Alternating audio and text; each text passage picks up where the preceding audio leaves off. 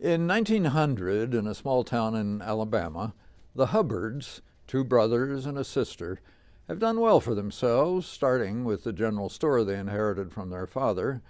They've grown wealthy through slick business practices that take advantage of the uneducated poor blacks and whites who shop at their store, as well as their wholesalers and suppliers.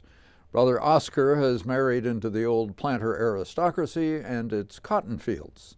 Now they're negotiating with a Chicago manufacturer to bring the cotton mills to the cotton fields instead of sending the cotton north to the mills. The Hubbards will build the factories on their own land and they'll all grow rich. And when you watch their cutthroat negotiations with each other for the biggest piece of the pie, you pity those poor customers at their store who never had a chance. They can pour on the Southern charm entertaining their Chicago visitors, but these are not nice people.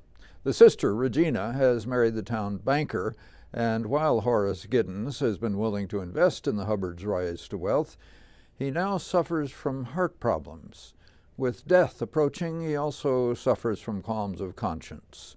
He, of course, controls the wealth that Regina would contribute to her brother's scheme, but he's had enough of their slippery business practices and refuses to turn over his money. The Giddens will always be well off, but they won't have the fabulous wealth Regina was anticipating. And that leads to words with her husband that are not those of a loving couple. We have often seen how charming Carrie Eley can be in a role. Now, as Regina, we see how ruthless she can also be. In perhaps his finest and most subtly developed performance, William Roth gives us a Horace Giddens who has set his course and will not deviate from it. Chuck Brinkley plays the older Hubbard brother Ben, intelligent, cunning, unflappable, the one in charge of the deal-making. In Bob Gertchen's hands, younger brother Oscar is not as bright nor always well in control of his emotions, especially when dealing with his long-suffering, cowed wife, Bertie, she of the old aristocracy.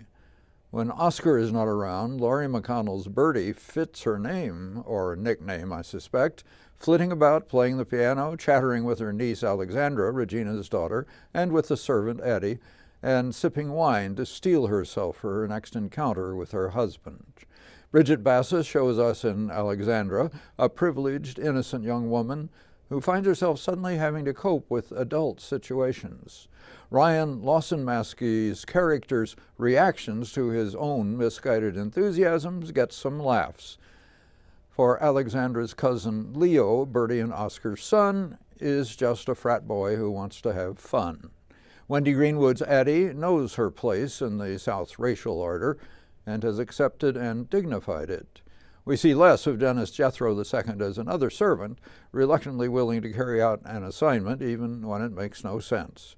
And Richard Lewis's Chicago businessman, Mr. Marshall, has enjoyed the Southern hospitality, but business negotiations are something else. The small Gaslight Theater stage hardly has room for the grand staircase that would grace Regina's mansion, but the staircase has a central role in the play. As usual, set and lighting designer and magician Patrick Huber has found a way. The staircase is not grand, but it imposes itself on you, and the smartest trick is the open hallway at the top of the stairs, giving the action the space to expand it needs. Megan Harshaw designed period costumes, and Jess Stamper designed the props that give weight to the room.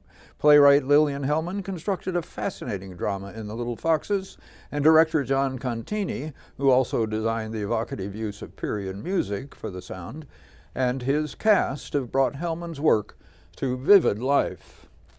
Yes, it has. Actors Studio has once again given a classic a production worthy of it. Yes, indeed. Yes, indeed.